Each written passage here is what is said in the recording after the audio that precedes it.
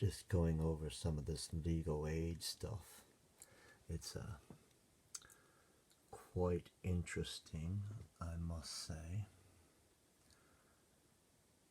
Yeah, just some of my records and some of the doctors I've seen and some of the things that they said. You know, it's hard to see on here, but he arrived to the unit. He was pleasant and cooperative. You know, apparently I agreed to admission, but it was under the understanding it would only be for that night until I saw the doctor, not, you know, for months. But I managed to get out of there. It says in some of this paperwork that my mother made the call to have me evaluated, but she claims otherwise. So that's not good, because I will have her sued for that if necessary, and if it's a forgery, I want that found out as well. It says an awful lot about a writer.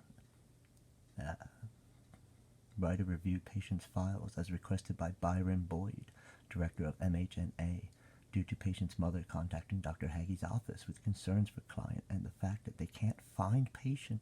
Writer consulted with Dr. Edgyboy, who advised that if the family are concerned or can't find patient, then to call the RCMP, and if they feel the need, can bring him back to the emergency department for further assessment. Update provided to Byron. Now, they did not call about me. The police bounce numbers around off of numbers and have sound-alikes. They do this for a laugh, you see. But they received a call from RCMP officer reporting that they have arrived to Jane Payton Memorial Hospital and staff is unaware of situation. Writer informed RCMP staff that Writer would contact nursing staff again to update them on situation.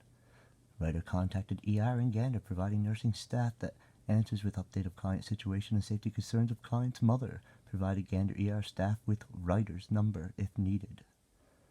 Because I got her to tail the ambulance in there, you see. I didn't want to go in there with them by myself, so I got her to follow behind, just in case. And it was good to have her there, otherwise I would have had to walk home. Were I allowed to go home.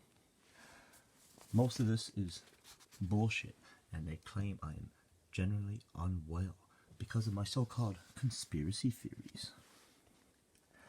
Derek Firmage is a 34-year-old male, seen in the ER for psychiatric assessment. Yeah, apparently I was referred by the MCR team staff. Came with his mother. He complains that he has been hearing auditory hallucinations that seem to be unnerving. No. Yeah, the voices are not commanding him to harm himself or others. The voices are mainly musical tones and other things. Apparently they're mundane and dull. He also complains of anxiety with mundane thoughts. Like, it's hard to read this shit. How do doctors write it all?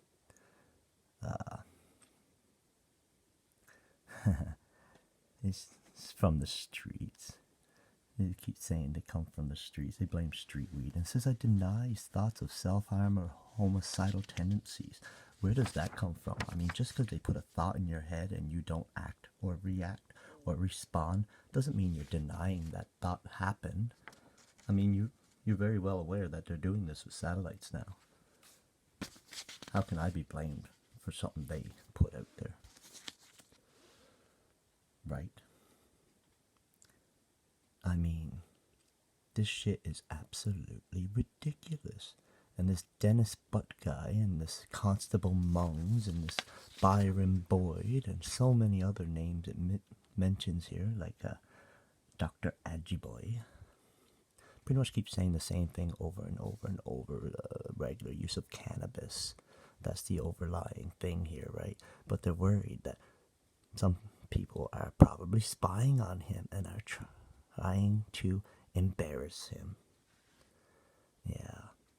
My delusion is that the government pervs on me through spyware such as this here iPad mini. And we know that's true. But to have people committed over that, oh, there's so much of this paperwork. This is medical records and stuff from Grand Falls, Windsor, from legal aid department, and like there's so much of this. But the funny one is someone's interviewing you about hallucinations, and you don't respond to it, and then they write down that you denied one. Doesn't that mean that they also experienced a similar hallucination? Now, I mean, if they're putting that stuff in the Wi-Fi, in the satellites and whatnot, I can't wait to hear how this all goes. I can't wait for this all to come to light. I can't wait for it all to go to court. I can't wait to hear these assholes ramble on about this satellite shit and how it benefits humanity rather than distort it. It's going to be amazing. These doctors, these RCMP officers, the military, oh man, they really got to be looked into.